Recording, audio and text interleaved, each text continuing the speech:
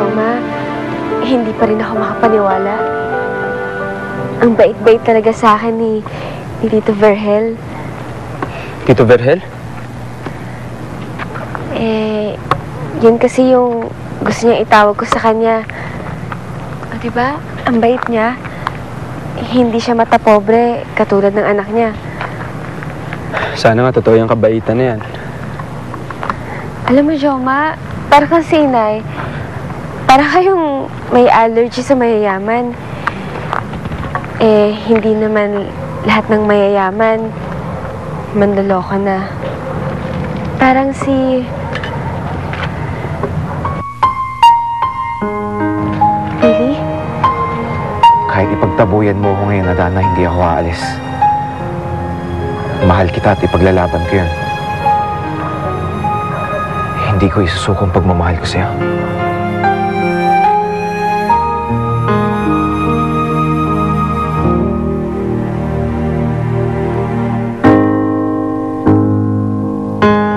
Miss na kita, Adana. Sana wag mo naman akong itaboy ngayon. Huwag ka nang lumayo, please.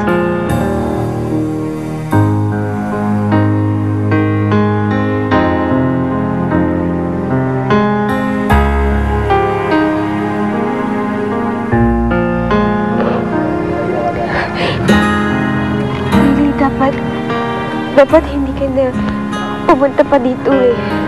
Gabi na, Billy, ah. Baka pwedeng umalis ka na. Kanada na. Joma, please. Sana pabayaan mo muna kami ni Adana ngayon. Magpapahinga na siya, Billy. Kaya kung pwede lang sana, huwag mo na siyang puntahan. Mali naman yata to, Joma. Anong karapatan mo para magdesisyon para kay Adana? Ba't di mo kaya hayaan na siya magdesisyon para sa sarili niya? Dahil ba nakikitira lang siya sa'yo? Billy, tama na. Basta, Billy, umalis ka na lang. Tigilan mo na si Adana. Gagawin ko ang gusto ko at wala kang pakialam doon. Kahit pag sabihin kong girlfriend ko na siya.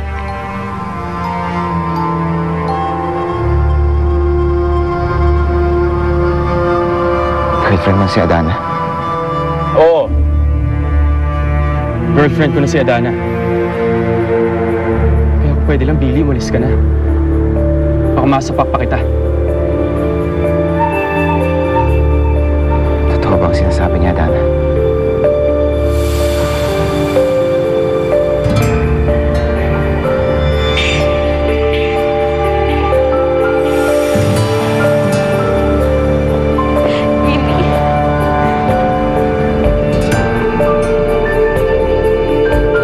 Tagal ko nang alam na nakakulong si Teresa. Di mo man siya dadalawin? Nangangalan lang ako nun eh. At isa pa, kahit dalawin ko siya, hindi naman matatapos yung kaso niya dun eh, no?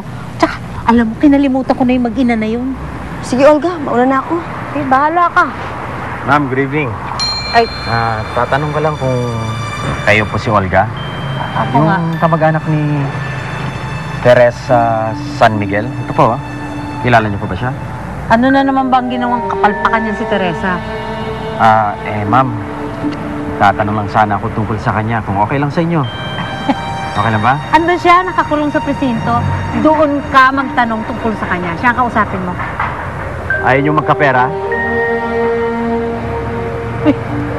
Ikaw naman. Hindi mo kagad sinabi sa akin. Sige, tanungin mo ako. Ano ba yung tungkol kay Teresa? Marami akong alam. Bakit mo naman sinabi yun? Tulog ka na, Adana. Joma, sagutin mo muna ako. Bakit mo sinabi kay Billy na girlfriend mo ako? Di ba, Adana, gusto mo nang layong ka na ni Billy? Paano mangyayari yun kung paaasahin mo pa rin siya na pwedeng maging kayo? Hindi mo naman kailangan gawin yun eh. Hindi ka kasi titigilan ni Billy, Adana, hanggat hindi ko sinasabi sa kanya na tayo na. Yun ang pinakamagandang paraan na alam ko para tigilan ka na niya. Bakit? Di mo ba nagustuhan yung ginawa ko? Nasasaktan ka pa rin ba pag nakikita mo si Billing malungkot?